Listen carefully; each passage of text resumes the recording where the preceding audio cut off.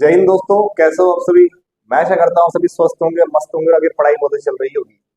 VPN institute of education channel की तरफ से सीईटी को मद्देनजर रखते हुए जो धमाका सीरीज चलाई जा रही है, उसके अंदर जो राजस्थान हिस्ट्री है वो आपके बीच में लेकर मैं आया हूँ।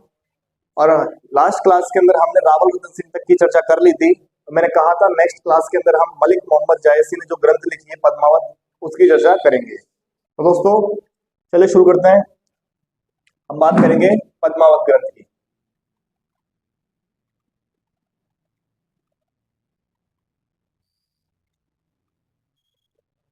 पद्मावत ग्रंथ के अंदर अलाउद्दीन खिलजी के द्वारा चित्तौड़ पर आक्रमण करने का क्या कारण बताया गया है, हम इसकी चर्चा करने वाले थे। तो दोस्तों पद्मावत जो ग्रंथ है वो मलिक मोहम्मद जायसी ने लिखी है 1540 ईस्वी के अंदर। और 1540 के अंदर जो दिल्ली के अंदर शासक था उसका नाम था शेरशाह सूरी। ठीक है दोस्तों, मतलब यह है कि जो चित्तौड़ का जो साका हुआ है प्रथम 1303 के, उसके लगभग 140 साल बाद में ग्रंथ लिखा गया है। और इस ग्रंथ के अंदर क्या कारण दिए गए हैं उसकी हम चर्चा करते हैं। तो नोट डाउन करेंगे हम। ये जो पद्मावत ग्रंथ है इसको लिखा है किसने? मलिक मोहम्मद जायसी ने।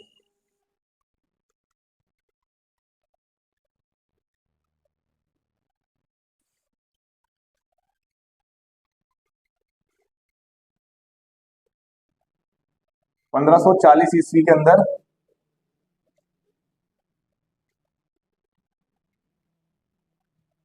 मतलब जिसके अंदर दिल्ली के अंदर कौन सा शासक रहता है, उसका नाम होता है शेरशाह सूरी। दोस्तों ये जो ग्रंथ है टोटल कितने खंडों में लिखा गया है? तो इसके टोटल खंड है 57 खंड। ठीक है दोस्तों, और 57 जो खंड है इसके अंदर ये ग्रंथ लिखा हुआ है। और इस ग्रंथ के अंदर क्या बताया गया है? ये ग्रंथ साफ कहती है कि एक राजकुमारी होती है जिसका नाम होता है पद्मावती। दोस्तों पद्मिनी का जो नाम है वो पद्मावती कौन से ग्रंथ में मिलता है? तो पद्मावत ग्रंथ में मिलता है। और वो जो रानी है पद्मावती वो सिंगल द्वीप की राजकुमारी है। कहाँ की राजकुमारी है? सिंगल द्वीप की राजकुमारी है। आप लोगों को पता होगा सिंगल द्वीप कोई और नहीं है, श्रीलंका का ही प्राचीन नाम क्या था? सिंहल द्वीप।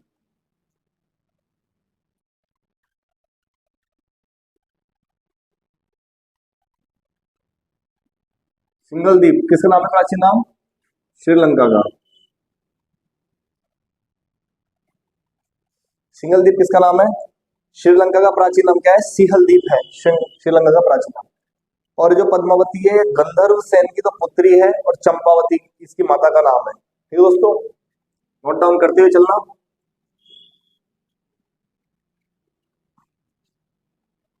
पद्मावती, इसके पिता का नाम क्या है? गंधर्व सेन।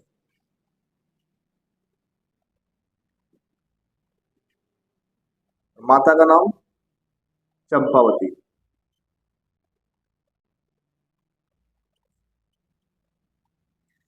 पिता का नाम गंधर्व सेन और माता का नाम चंपावती। अब ये जो ग्रंथ हमें क्या बताता है? ये ग्रंथ जो हमें बताता है उसको समझना दोस्तों। ये ग्रंथ हमें क्या बताता है? ये ग्रंथ दरअसल ऐसे कहता है कि जो रावल रतन सिंह है ना, वो रावल रतन सिंह क्या है, चित्तौड़ के अंदर राज करते रहते हैं। और एक बार क्या होता है, जो सिंघल द्वीप है उसके अंदर पद्मिनी है, उसके पास एक तोता होता है जिसका नाम होता है हीरामणि तोता। उसका नाम क्या होता है? हीरामणि तोता। और ये जो हीरामणि तोता है ये उड़ करके चित्तौड़ की तरफ आता है और इसको क्या है, एक शिकारी पकड़ लेता है। और जब इसको एक शिकारी पकड़ लेता है तो वो क्या करता है, इसको चित्तौड़ में आकर एक ब्राह्मण को बेच देता है। हीरामणि जो तोता है उसके वो क्या है दोस्तों, इंसानों की तरह बोल सकता है। तो उसकी ये जो बात है ये जब वहां के लोगों में प्रचारित की होती है, फैलती है चित्तौड़ के अंदर, तो क्या करते हैं, इस तोते को राजा के पास पहुंचा दिया जाता है। और जो राजा है रावल रतन सिंह उसके पास इस तोते को भेज देते हैं। अब जो रावल रतन सिंह है उसके पास ये तोता रहने लग जाता है। तो ये तोता क्या है, जो सिंगल द्वीप के अंदर रहता था ना, वहां की क्या बढ़ैया करता है। और वहां की जब बढ़ाई करता है तो इसको ये पद्मिनी जो है उसके रूप और उसके सौंदर्य की तारीफ करता है बहुत ज्यादा। ठीक है दोस्तों, उसके रूप और सौंदर्य की जब ये तारीफ करता है तो जो रावल रतन सिंह है वो मोहित हो जाता है पद्मिनी के ऊपर। और उसे पता चलता है कि भाई पद्मिनी नाम की कोई इतनी सुंदर महिला है जिसकी हद ही नहीं है। तो वो उसे पाने के लिए सिंगल द्वीप में जाता है भेष बदल करके। ठीक है दोस्तों, जब वो सिंगल द्वीप में भेष बदल करके जाता है, रानी जो पद्मिनी है वो अपने साथ तोते को भी ले जाता है, रावण रतन सिंह। तोते को आजाद कर दिया जाता है। तोता सीधा किसके पास चला जाता है, रानी पद्मिनी के पास चला जाता है, और वहां पे जाके उसके साथ जो भी घटना होती है, किस तरह से वो उड़ा और किस तरह से उसे पकड़ लिया गया, कैसे इसको राजा को बेच दिया गया, उसने किस तरह से उस पद्मिनी के बारे में बताया, राजा किस तरह से वेश बदल करके सिंगल द्वीप में उस रानी को पाने के लिए आ गया। तो ये सारी चीजें जो तोता होता है वो पद्मिनी को बताता है। और एक दिन क्या होता है, महादेव मंदिर के अंदर जो पद्मिनी है उससे जो रावण रतन सिंह है उससे मुलाकात हो जाती है, और दोनों में क्या हो जाता है, प्रेम हो जाता है। बात आगे बढ़ती है, दोनों की शादी हो जाती है और दोनों को क्या कहते हैं, चित्तौड़ लेके आ जाते हैं। चित्तौड़ के अंदर एक सन्यासी होता है जिसका नाम होता है राघव चेतन। तो राघव चेतन पद्मिनी की सुंदरता में बहुत ज्यादा मोहित हो जाता है। ठीक है दोस्तों, और क्या करता है, वो मन ही मन ईर्ष्या करने लग जाता है रावण रतन सिंह और पद्मिनी से। ठीक है, कहानी जब आगे बढ़ती है तो जो रावण रतन सिंह है वो जो राघव चेतन को क्या है, देश निकाला दे देता है। और राघव चेतन को देश निकाला देने के कारण ही राघव चेतन अलाउद्दीन खिलजी के पास जाकर के अलाउद्दीन खिलजी को पद्मिनी के सौंदर्य के बारे में भड़काता है कि आप इतने महान सम्राट हो और आप क्या कर रहे हो, आपको तो पास पद्मिनी जैसी रानी होनी चाहिए। राघव चेतन के द्वारा बताए जाने पर अलाउद्दीन खिलजी पद्मिनी को प्राप्त करने के लिए मोहित होता है और किस पे आक्रमण करता है, चित्तौड़ पे आक्रमण करता है। 28 जनवरी 1303 ईस्वी को अलाउद्दीन खिलजी जो चित्तौड़ है उस पर आक्रमण करता है, और लगभग 6 या 7 महीने का टाइम लगता है, और 26 अगस्त 1303 को क्या कर लेता है, चित्तौड़ किला फतेह कर लेता है। इस बीच में और भी घटना होती है कि जो रावण रतन सिंह है उसको बंदी बना करके अलाउद्दीन खिलजी ले जाता है अपने साथ में। अलाउद्दीन खिलजी अपने साथ में ले जाता है इसको, तो वो चित्तौड़ के अंदर से रानी पद्मिनी को दिल्ली पहुंचवाने की मांग करता है। इस बीच में जो रानी पद्मिनी है वो अपने साथ 700 पालकियों के लेकर के चित्तौड़ से निकल जाती है दिल्ली के लिए। परंतु जो पालकियां होती है उस पालकियों में जो रानियों के साथ साथ जो दासियां आती है वो दासियां नहीं होती है, सैनिक होते हैं, लड़ाकू सैनिक जो होते हैं। रानी पद्मिनी दिल्ली पहुंच जाती है, और दिल्ली पहुंचने के बाद में वो अलाउद्दीन वो कहता है जो रावण रतन सिंह उससे मिलती है और रावण रतन सिंह को छुड़ाती है, और रावण रतन सिंह क्या करती है, अपने साथ ले करके वापस चित्तौड़ के लिए प्रस्थान कर जाती है।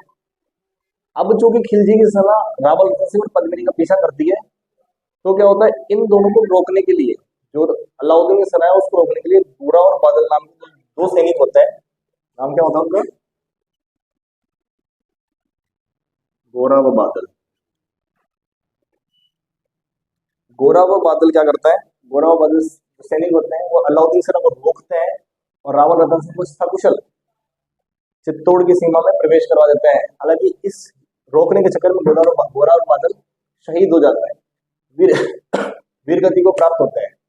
ठीक दोस्तों, तो जो फिर उसके बाद में अलाउद्दीन खिलजी का जो आक्रमण होता है चित्तौड़ पे सीधा आक्रमण होता है, और जो रावण रतन सिंह है वो कैसरिया कर लेता है। रानी पद्मिनी 1600 महिलाओं के साथ में जोहर कर देती है। तो ये जो कहानी है, ये कहानी मलिक मोहम्मद जायसी का जो ग्रंथ है दोस्तों, मलिक मोहम्मद जायसी ग्रंथ है पद्मावत, उसमें मिलती है। तो दोस्तों तो ये वाली कहानी थी।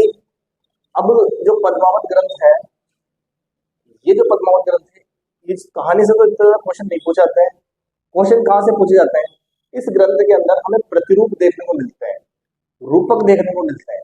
वो क्या क्या रूपक देखने को मिलते हैं वो इंपॉर्टेंट है, क्वेश्चन यहाँ से पुट होता है। जैसे चित्तौड़गढ़ दुर्ग को पद्मावत ग्रंथ में शरीर की संज्ञा दी गई है, रावण रतन सिंह को मन की, रानी पद्मिनी को जो संज्ञा दी गई है वो दी गई है बुद्धि की, और जो इसकी एक और पत्नी होती है नागमती, उसको किसकी संज्ञा दी गई है, वासना की। आगे बढ़ते हैं, तो राघव चेतन है उसको शैतान की संज्ञा दी गई है, जो हीरामणि होता है उसको मार्गदर्शक गुरु की संज्ञा दी गई है, और अलाउद्दीन खिलजी को माया की संज्ञा दी गई है। तो ये रूपक से क्वेश्चन जरूर पुट हो जाता है, तो हम नोट डाउन कर लेंगे इसको। तो आप नोट डाउन कर लो, यहाँ लिख लेते हैं, ये चित्तौड़ दुर्ग है,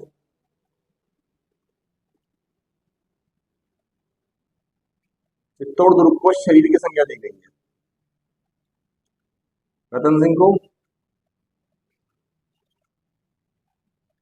को संज्ञा दी गई है मन की। पद्मिनी को बुद्धि की। नागमती को, जो रावल रतन की पहली पत्नी है, नागमती को संज्ञा दी गई है वासना की।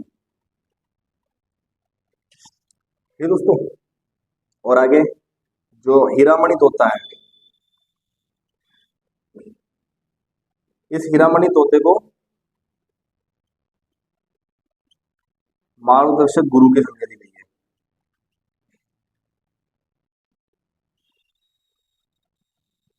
राघव चेतन को शैतान की। और अलाउद्दीन खिलजी को जो संज्ञा दी गई है देखिए माया की। ठीक है दोस्तों, तो जो पद्मावत ग्रंथ है उसके अंदर ये संज्ञा हमें देखने को मिलती है, प्रतिरूप देखने को मिलते हैं, प्रतिरूपक। तो क्वेश्चन यहाँ से पुट हो जाता है। बाकी जो कहानी है इसके अंदर से इतने ज्यादा क्वेश्चन पुट नहीं होता है, तो आपको जानकारी के लिए कहानी पता होनी चाहिए। ठीक है दोस्तों, इसको उतार लो। फिर हम आगे बात करते हैं कौन से इतिहासकार ये जो पद्मावत ग्रंथ है इसको सत्य मानते हैं और कौन से इतिहासकार इसको कल्पना मानते हैं। ठीक है दोस्तों, तो उतारो इसे।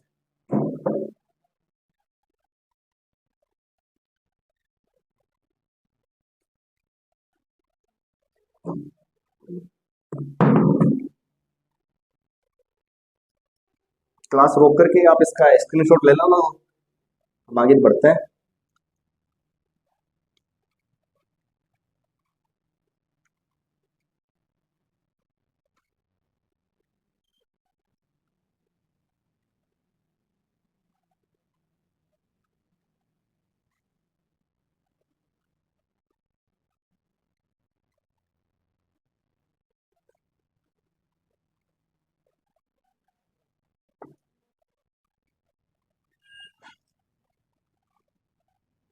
अब पद्मावत को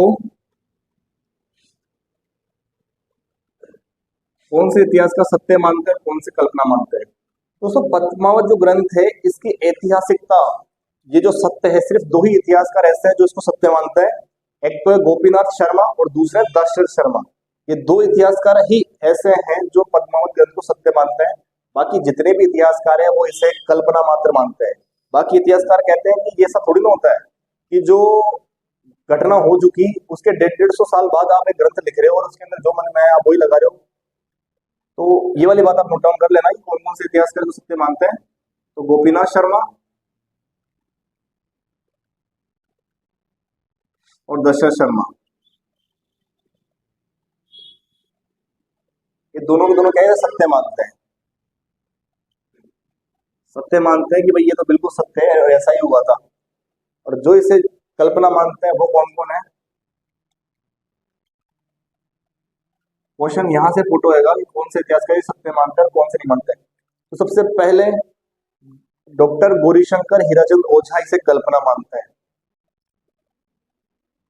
डॉक्टर गौरीशंकर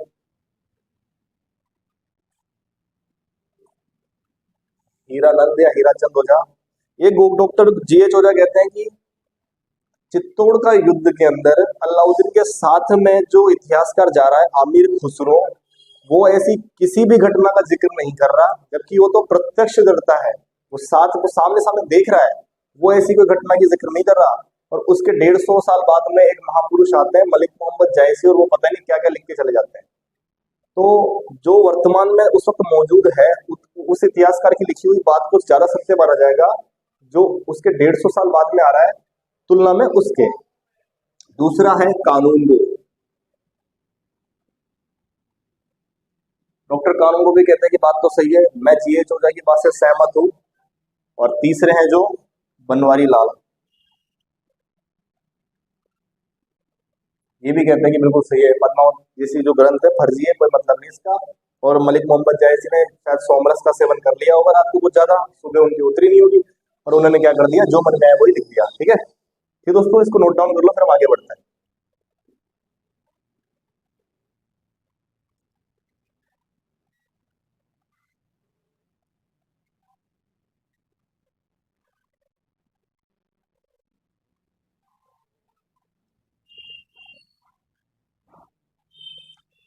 एक हमें जानकारी मिलती है कि जो हीरामणि तोता है वो हीरामणि तोता का जिक्र खाली पद्मावत ग्रंथ में मिलता है।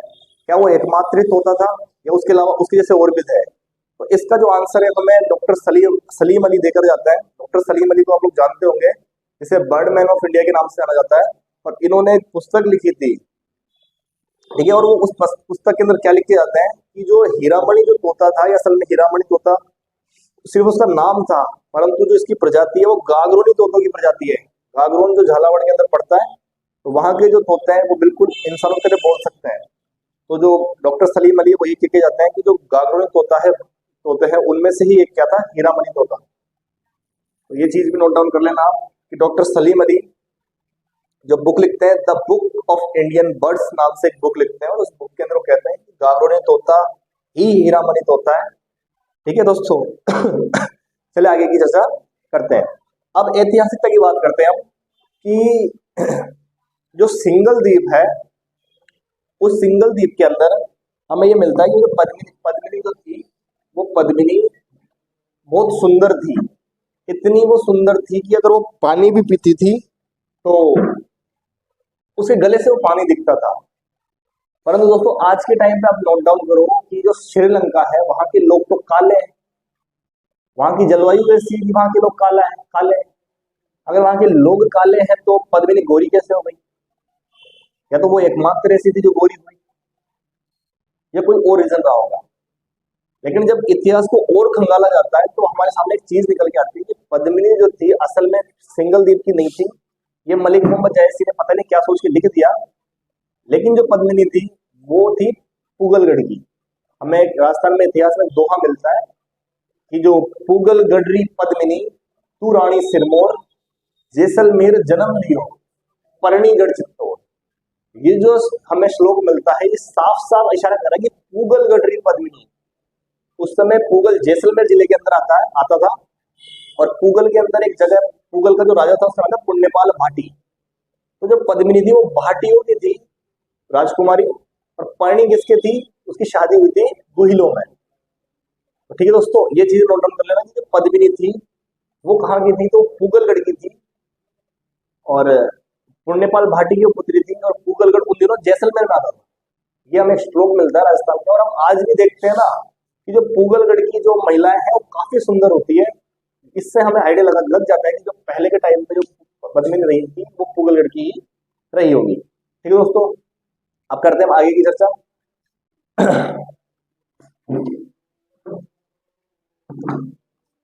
हाँ, तो अलाउद्दीन खिलजी ने 28 जनवरी 1303 ईस्वी को चित्तौड़ पर आक्रमण किया, और 26 जनवरी 1303 को क्या, सॉरी 26 अगस्त 1303 को क्या कर लिया, चित्तौड़ को जीत लिया।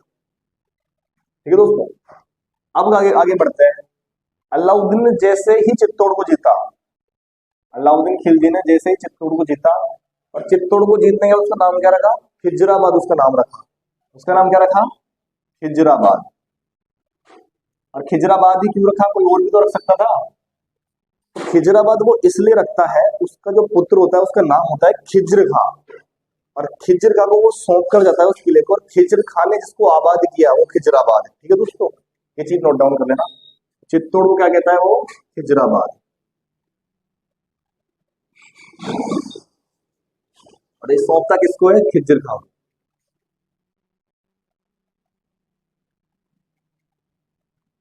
ठीक है दोस्तों, खिज्र खां अब चित्तौड़ का शासक बन चुका है।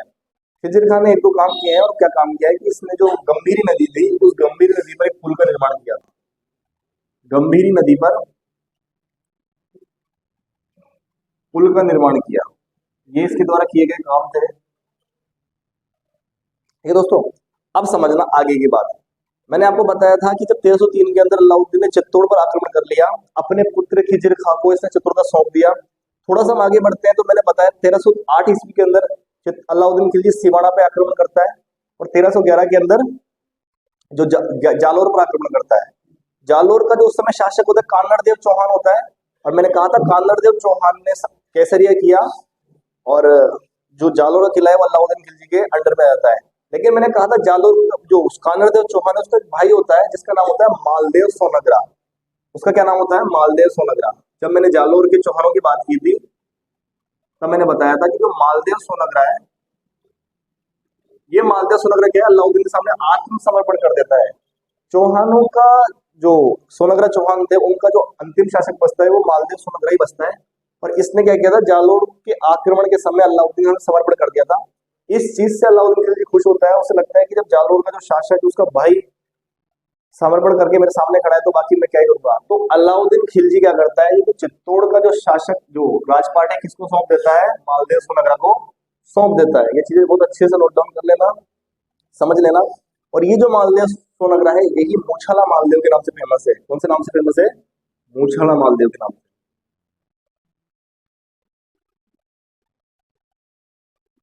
मालदेव सोनग्रा किस नाम से फेमस है, मूछाला मालदेव के नाम से फेमस है। और चित्तौड़ का शासक कौन बन जाता है, मालदेव सोनग्रा। अब हमें दो जानकारियां मिलती है इसके बाद में कि जब मालदेव सोनग्रा शासक बन गया तो एक तो है रणकपुर प्रशस्ति और एक है गौरीशंकर हीराचंद ओझा। तो गौरीशंकर हीराचंद ओझा तो क्या कहता है कि जो मालदेव का जो बेटा था जिसका नाम था जैसा, जिसका नाम क्या था, जैसा, ये किसके अनुसार है, तो जीएच ओझा। ठीक है। और एक है रणकपुर प्रशस्ति। तो रणकपुर प्रशस्ति क्या कहती है, रणकपुर प्रशस्ति ये कहती है कि जीएच जैसा वैसा कोई नहीं था, वनवीर सोनग्रा था। क्या था, वनवीर सोनग्रा। किसके अनुसार, ये रणकपुर प्रशस्ति। ठीक है। एग्जाम में पूछेगा कि रणकपुर प्रशस्ति के अनुसार चित्तौड़ को किसने छीना, वनवीर सोनग्रा से, और जीएच ओझा के अनुसार जैसा से। दोस्तों इस बात को थोड़ी देर यही होल्ड करते हैं, हम दूसरी चीज समझते हैं आगे।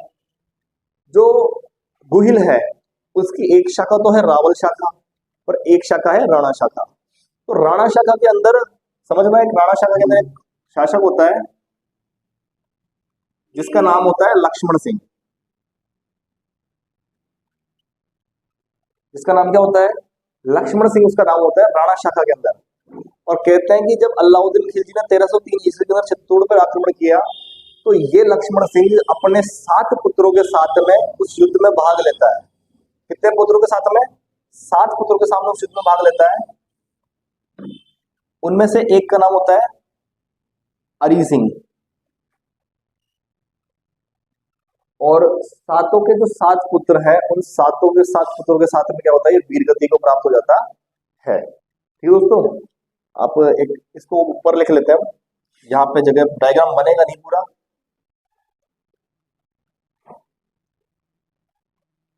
नोट डाउन कर लो इसे दोस्तों, यहाँ पे नोट डाउन कर लो,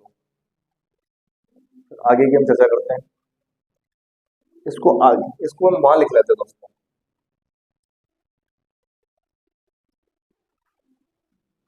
आप इसे उतार लो, नेक्स्ट स्लाइड में समझा दूंगा।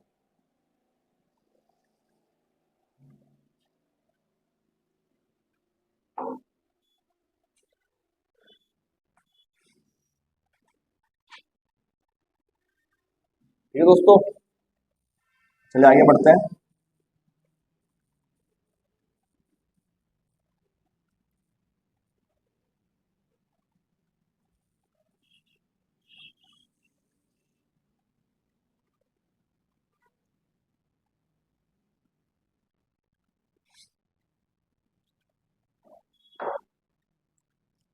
जो जो डायग्राम था वो ये था कि मालदेव सोनग्रा।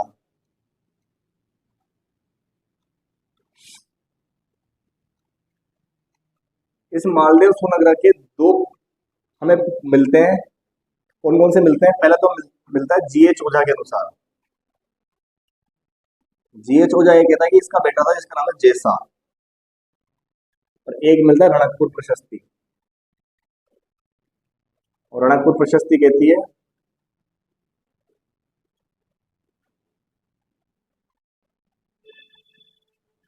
कि जैसा वैसा कोई नहीं था, असल में जो था वो था वनवीर सोनग्रा।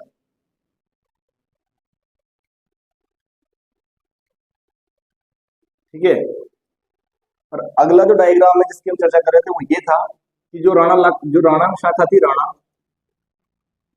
उस राणा शाखा का एक सामंत था जिसका नाम था लक्ष्मण सिंह।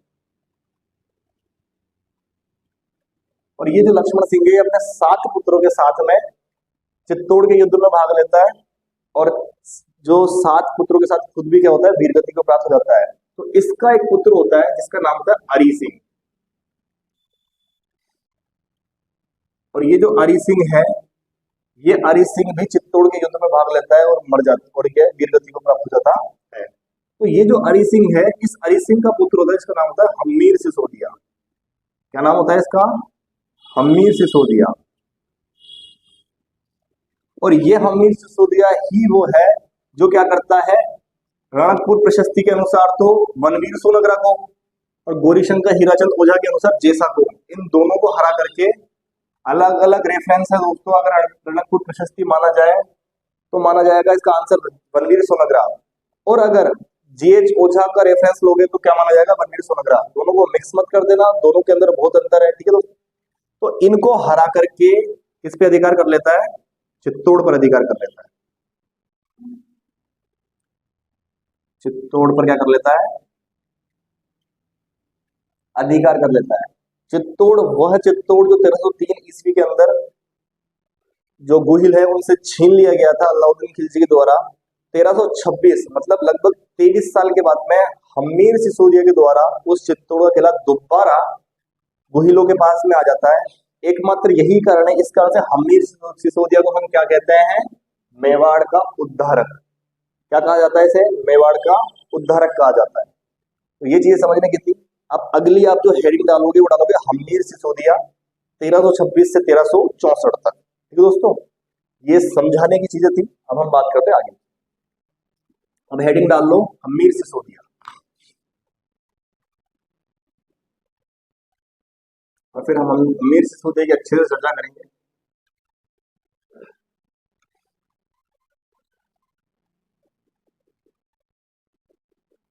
हेडिंग डाल लीजिए हम्मीर सिसोदिया।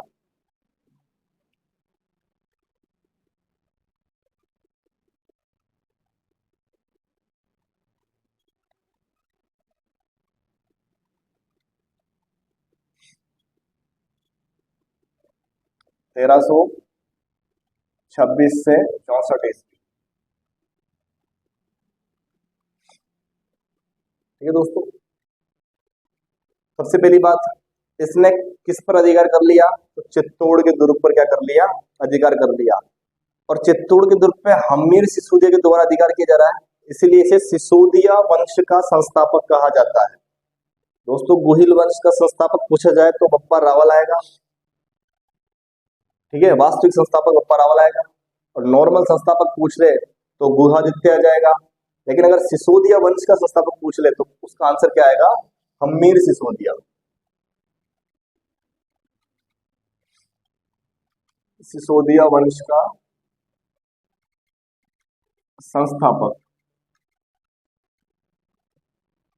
अब हम्मीर के द्वारा काम बहुत बड़ा किया गया है तो इसके उपनाम भी निकलेंगे बहुत सारे। सबसे पहला उपनाम निकलता है मेवाड़ का उद्धारक। क्या नाम निकला, मेवाड़ का उद्धारक।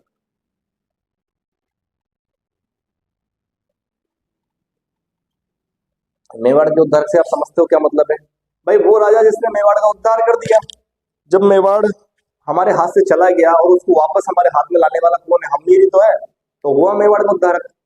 लेकिन यहाँ चीज समझना, इतिहास के अंदर 2 ऐसे व्यक्ति है जिसको मेवाड़ का उद्धारक कहा जाता है, और दोनों ही बहुत इंपॉर्टेंट है। पहला तो आप लोगों के सामने हम्मीर सिसोदिया, और दूसरा है भामाशाह। जब राणा प्रताप हल्दी घाटी का युद्ध हार जाते हैं, और हार करके जब वो गिरवा की पहाड़ियों में जाते हैं, आर्थिक उनके पास में कमी हो जाती है, तो उस समय जो उनको आर्थिक सहायता करता है वो भामाशाह करता है। और इस कारण से भामाशाह को क्या कहा जाता है, मेवाड़ का उद्धारक कहा जाता है। पूछ ले जाए मेवाड़ का उद्धारक किसको कहा जाता है, तो राणा हम्मीर और भामाशाह। लेकिन दोनों में से अगर दोनों एक साथ आ जाए तो हमें जो फर्स्ट प्रायोरिटी में आंसर देना है तो राणा हम्मीर की हमें प्रायोरिटी देना है, ठीक है। एक और लिख लो कि मेवाड़ को उद्धारक इतिहास में किसको कहा गया है, फर्स्ट नंबर पे तो कहा गया है हम्मीर सिसोदिया को।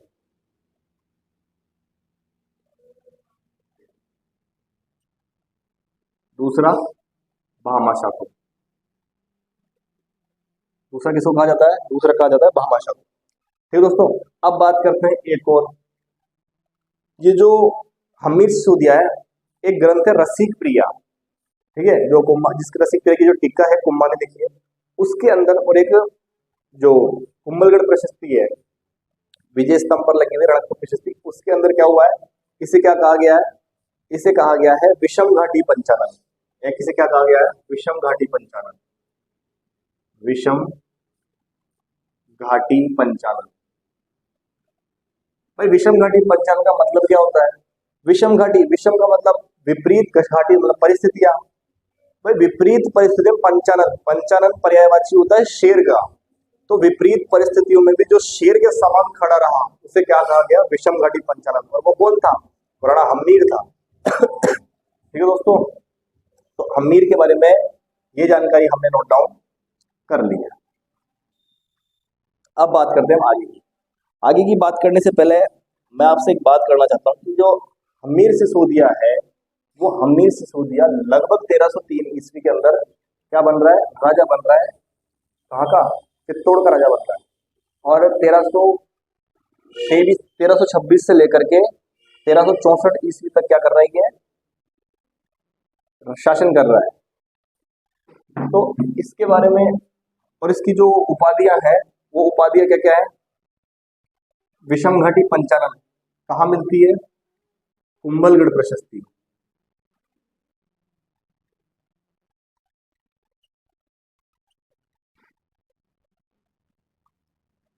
एक मिलती है इसकी उपाधि वीर राजा, एक क्या मिलती है, वीर राजा। किसे मिलती है, रसिक प्रिया में। रसिक प्रिया की जो टिक्का ग्रंथ है, उस रसिक प्रिया की टिक्का ग्रंथ के अंदर इसे क्या कहा गया है, इसे कहा गया है वीर राजा। और जो इसे विषम घाटी पंचानन है, वो राणा, जो कुंभलगढ़ प्रशस्ति है, उस कुंभलगढ़ प्रशस्ति के अंदर महाराणा कुंभा ने इसे कहा गया है। ठीक है दोस्तों, अब बात करते हैं आगे की कि इसने और कौन कौन से काम किए हैं। दोस्तों 1336 ईस्वी के अंदर, 1336 ईस्वी के अंदर दिल्ली का सुल्तान बनता है, वो बनता है मोहम्मद बिन तुगलक। और वो जो मोहम्मद बिन तुगलक है, वो क्या करता है, वो मेवाड़ पर आक्रमण करता है। मेवाड़ पर जब आक्रमण करता है तो उस वक्त मेवाड़ का शासक होता है राणा हम्मीर। हम्मीर वही है जिसने अलाउद्दीन की सेना को उखाड़ के फेंक दिया। और इतिहास के अंदर हम पढ़ते हैं मोहम्मद बिन तुगलक के बारे में, उससे पागल सुल्तान कहा जाता है। तो वो जब आक्रमण करता है मेवाड़ के ऊपर, तो बांसवाड़ा के अंदर एक जगह होती है सिंघोली, सिंघोली, और उस सिंघोली के अंदर एक युद्ध होता है। और राणा हम्मीर और मोहम्मद बिन तुगलक के बीच में वो युद्ध होता है, जिसके अंदर कहा जाता है कि हम्मीर ने मोहम्मद बिन तुगलक की सेना को दौड़ा दौड़ा करके मारा, बहुत बुरी तरह से परास्त किया गया था। लेकिन जब हम मध्यकालीन भारत का इतिहास हम पढ़ते हैं, तो उस इतिहास के अंदर हमें इन जो ये युद्ध है, इनकी जानकारी हमें बहुत कम मिलती है, ना के बराबर मिलती है। ठीक है दोस्तों, परंतु राजस्थान के इतिहास जब हम पढ़ते हैं तो उसके अंदर हमें डीपली इनके बारे में पढ़ने का मौका मिलता है। तो नोट डाउन कर लेना इस चीज को कि 1336 ईस्वी के अंदर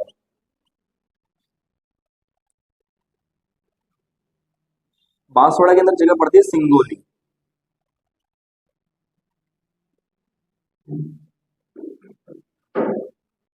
और इस सिंगोली के अंदर दो विशाल सेनाएं आमने सामने होती है। एक तरफ होता है राणा हम्मीर, हम्मीर सिसोदिया, दूसरी तरफ होता है मोहम्मद बिन तुगलक।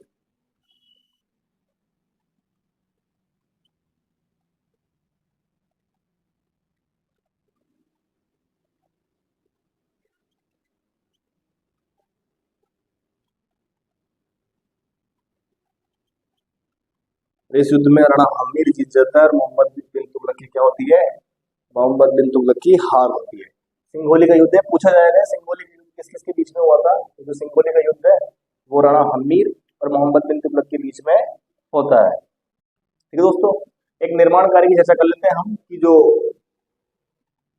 हम्मीर सिसोदिया है, उस हम्मीर सिसोदिया द्वारा क्या किया गया था। इसके अंदर, इसके द्वारा चित्तौड़ दुर्ग के अंदर अन्नपूर्णा माता का मंदिर बनवाया गया था।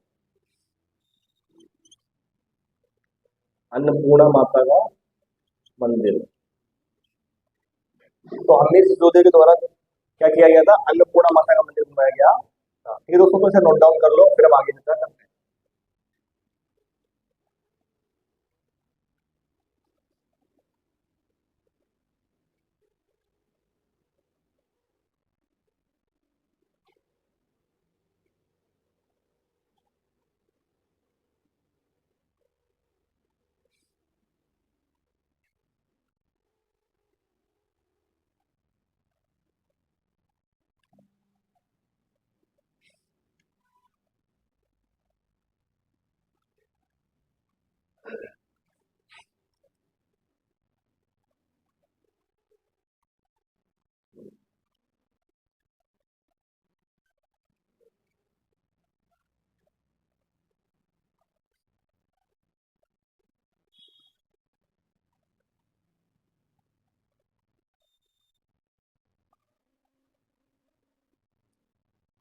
हेडिंग डाल लो, महाराणा क्षेत्र सिंह।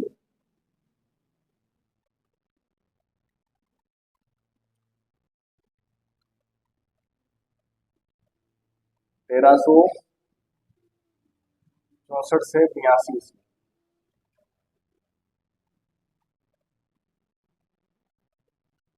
महाराणा क्षेत्र सिंह, इसके बारे में कहा जाता है कि इसके समय पर जो मेवाड़ और मालवा का जो संघर्ष था, उस संघर्ष की क्या है, शुरुआत हो जाती है। ठीक है तो इसने क्या किया था, लाल सिंह भूरी नाम का एक शासक था, उसको क्या पराजित कर दिया था। इसका क्या इन दोनों की संघर्ष की शुरुआत हो जाती है। और इसने क्या किया, बूंदी के जो हाड़ा थे, उस बूंदी के हाड़ाओं को क्या किया था, इसने हराने का क्या किया था, हराने का प्रयास किया था। और बूंदी के शासकों को इसने हराने का प्रयास, दबाने का प्रयास किया था। और जो बूंदी का जो शासक था लाल सिंह हाड़ा, उसके साथ क्या होता है, इसका संघर्ष होता है, और उस संघर्ष में क्या इसकी मृत्यु हो जाती है 1382 के अंदर। मेवाड़, इसके बारे में लिखा जाता है, इसके समय पर मेवाड़ व मालवा संघर्ष की, इसके समय पर मेवाड़ व मालवा के संघर्ष जो है, उस संघर्ष की शुरुआत होती है। और मालवा का जो समय शासक रहता है उसका नाम है दिलावर खां गोरी। और उससे क्या होता है, इसका युद्ध होता है, और उस युद्ध में दिलावर खां को पराजित कर देता है, खुद जीत जाता है। इस कारण से जो मेवाड़ मालवा संघर्ष की क्या होती है, शुरुआत हो जाती है। दूसरा काम क्या करता है ये, उस समय जो बूंदी के जो हाड़ा थे उनको हराने का प्रयास करता है, उनको दबाने का प्रयास करता है, लेकिन दबा नहीं पाता है। जो बूंदी का जो हाड़ा होता है, इसका नाम तो लाल सिंह हाड़ा, उसके बाद इसका संघर्ष होता है। और कहते हैं कि संघर्ष के अंदर दोनों की क्या हो जाती है, मृत्यु हो जाती है। दूसरा काम क्या किया इसने, बूंदी के हाड़ाओं को दबाने का प्रयास किया। और उनमें से एक होता है लाल सिंह हाड़ा। कौन होता है, लाल सिंह हाड़ा। और लाल सिंह हाड़ा से क्या हो जाता है, इसकी युद्ध होता है इसका,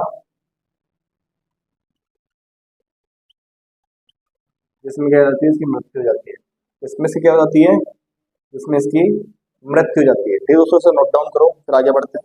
अगला जो शासक है उसकी चर्चा करते हैं।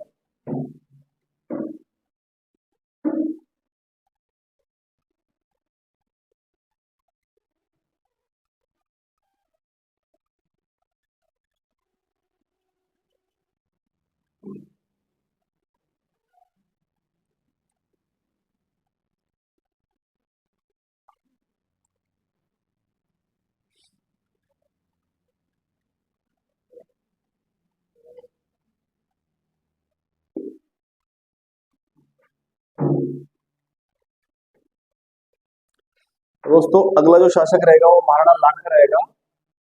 ठीक है, महाराणा लक्ष्य सिंह रहेगा। और उसकी चर्चा हम नेक्स्ट वीडियो के अंदर करेंगे। तब तक जो हमने पढ़ा है उसकी अपने रिवीजन कीजिए, मस्त से पढ़ते रहिए, और अपने जो क्लासेस है उनको शेयर कीजिए।